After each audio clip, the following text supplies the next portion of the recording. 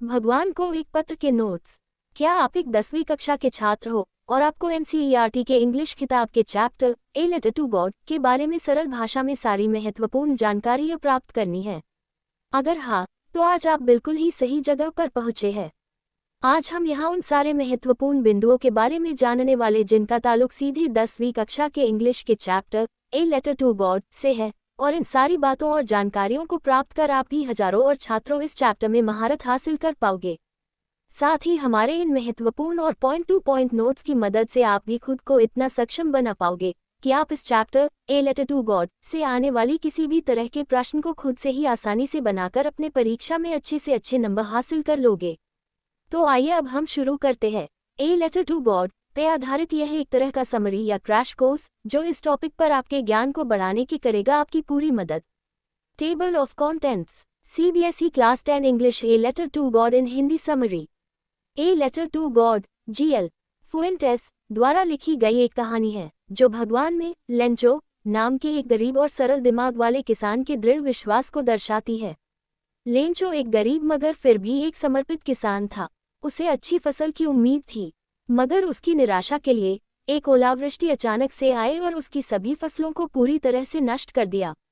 इतना नुकसान देखकर बेचारा किसान बुरी तरह से सहम गया और काफी दुखी हो गया। हालांकि उनका ईश्वर में दृढ़ विश्वास था। वह एक विद्वान व्यक्ति थे जो पढ़ना लिखना जानते थे। अपने सीधे सादे स्वभाव के कारण उन्हें विश्वास था कि ईश्वर अवश्य ही उनकी सहायता करेंगे। इस प्रकार उन्होंने अपनी वित्तीय चिंताओं को संबोधित करते हुए भगवान को एक पत्र का मसौदा तैयार करने का फैसला किया। इस पत्र में उन्होंने ईश्वर से अनुरोध किया कि वह अपने खेतों को फिर से बोने और अपने परिवार को भूखमरी से बचाने के लिए उन्हें 100 पैसों भेज दें। फिर जल्द ही उसने एक पत्र लिखा और डाकघर चला गया।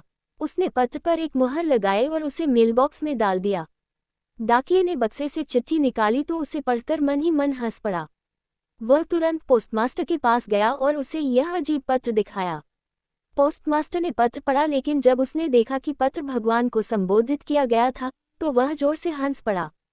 हालांकि वह किसान के उस विश्वास से भी हिल गया था जिसके साथ भगवान को ये पत्र लिखा गया था।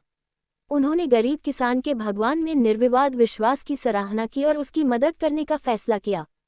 जल्द ही उन्होंने डाकघर के कर्मचारियों को दान के रूप में कुछ पैसे देने के लिए कहा और खुद अपने वेतन का एक हिस्सा भी दिया ताकि लेंचो का भगवान में विश्वास हिल न जाए। हालांकि एकत्र किया गया धन लेंचो ने भगवान से जो अनुरोध किया था उससे थोड़ा कम था। पोस्टमास्टर ने फिर एकत्र किए गए सभी धन को एक लिफाफे में डाल दिया और गरीब किसान को संबोधित कर एक चिट्ठी तैयार की। अगले रविवार लेंचो डाकघर में ये देखने के लिए गया कि क्या उसके लिए कोई पत्र आया है। तब पोस्टमास्टर ने धीरे से उसे यह पत्र सौंप दिया।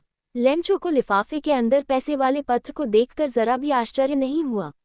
उसने पैसे गिनने के लिए आत्मविश्वास से लिफाफा खोला, लेकिन जब उसने देखा कि उसमें केवल 70 पैसे थे तो वह क्रोधित हो गया। उन्हें यकीन था कि भगवान इतनी गंभीर गलती कभी नहीं कर सकते। वह तुरंत खिड़की के पास कागज और स्याही मांगने के लिए गया और भगवान को एक और पत्र लिखा और उसे पत्र पेटी में डाल दिया।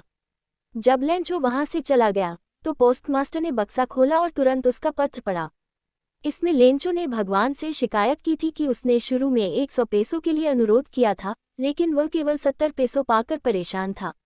इसके अलावा उन्होंने डाकघर के कर्मचारियों की आलोचना की और महसूस किया कि उन्होंने अपने लिफाफे से शेष 30 पैसों चुरा लिए होंगे।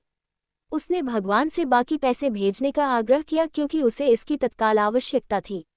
हालांकि उसने भगवान से चिट्ठी के माध्यम से पैसे न भेजने का अनुरोध भी किया क्योंकि लेंचो ने सोचा था कि डाकघर के कर्मचारी बदमाशों का एक समूह है जिन्होंने लिफाफे से शेष पैसे चुरा लिए थे। A letter to God. निष्कर्ष। इस अध्याय ए लेटर टू गॉड में हमने सीखा कि ईश्वर में विश्वास होने से पहाड़ों तक को हिलाने और हमारी जरूरतों को पूरा करने की शक्ति होती है। हालांकि ये भी ध्यान दिया जाना चाहिए कि सर्वशक्तिमान में किसी के विश्वास के बीच मानवता भी काफी प्रबल होती है। ये कहानी भगवान में लेंचो के गहरे विश्वास को खूबसूरती से दर्शाती है और कैसे डाकघर के कर्मचारियों ने संकट में गरीब आदमी की मदद के लिए अपनी जेब से पैसे देकर गुमनाम रूप से उसकी मदद की, उसे भी दर्शाता है। Fact frequently asked questions. A letter to God के लेखक कौन हैं? A letter to God GL Fuentes द्वारा लिखित एक कहानी है। विश्वास रखने के सकारात्मक प्रभाव क्या होते हैं? इसके कई तरह के सकारात्मक प्रभाव हैं, जैसे कि 1. मानसिक स्वास्थ्य के सकारात्मक प्रभाव। 2. सहनशीलता और धैर्य। 3. नशीली दवाओं के उपयोग और शराब के सेवन को कम करता है। आदि। सर्वशक्तिमान किसे कहा जाता है? सर्वशक्तिमान परमेश्वर का ही दूसरा नाम है। आशा करता हूँ कि आज आप लोगों को कुछ नया सीखने को ज़रूर मिला होगा। अगर आज आपने कुछ नया सीखा तो हमारे बाकी के आर्टिकल्स को भी ज़रूर पढ़ें ताकि आपको रोज कुछ न कुछ नया सीखने को मिले, और इस आर्टिकल को अपने दोस्तों और जान पहचान वालों के साथ ज़रूर शेयर करें जिन्हें इसकी ज़रूरत हो। धन्यवाद।